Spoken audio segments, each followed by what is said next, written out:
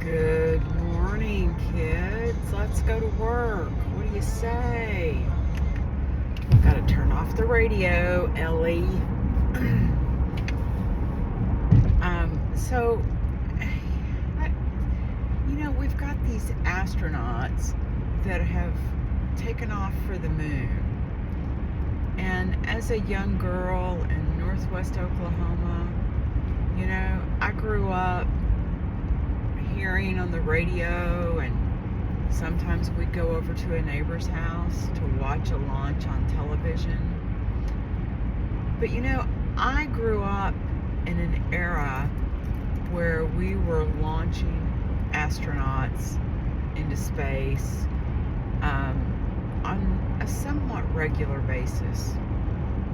And when I was in college, I remember the day that we lost the astronauts in that horrific explosion. But back in the 60s and 70s and early 80s, we were a country who were aggressively exploring. And as I get out of a morning or late at night and I see the moon today, I wonder about our little space shuttle and our astronauts that are being pioneers.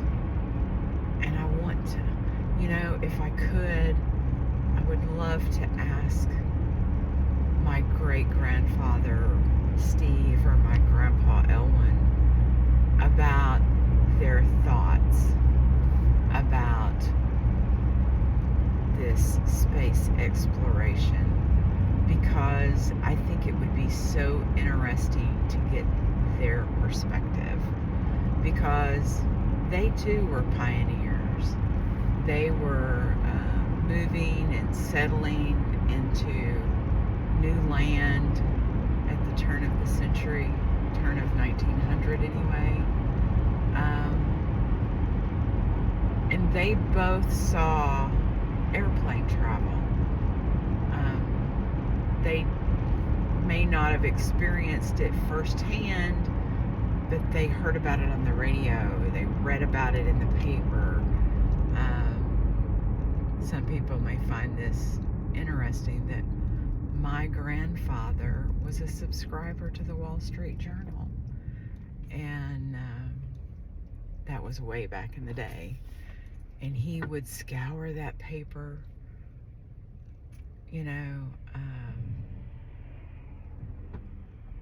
it's interesting to me anyway. And, back in the 60s and 70s and 80s, all of that, that's the basis of our science fiction. All the space, think Star Trek, and that fed the imagination and created a whole industry of ideas. And then while we have taken a break from launching for a number of years, it allowed us to spend time focusing on things to make the shuttles more aerodynamic, make them safer, have better propulsion power going up into this space. There's just, I'm a little wandery today. Wandering, both of those things. Technology is just incredible. So anyway, that's my morning ramblings today. What drives your imagination? What are your thoughts about the astronauts exploring the moon? It's just, to me, to go outside and see the moon and know that somewhere between us and them there is a rocket ship that's surface on the moon and exploring what can be, what could be. I'm not saying that I want to live on the moon by any means of the imagination. I kind of like it here on Earth. But it's all such a mystery. Anyway, what feeds your imagination? Would you be willing to launch into space? Do you want to go live on the moon? Or try to find a way to live on the moon?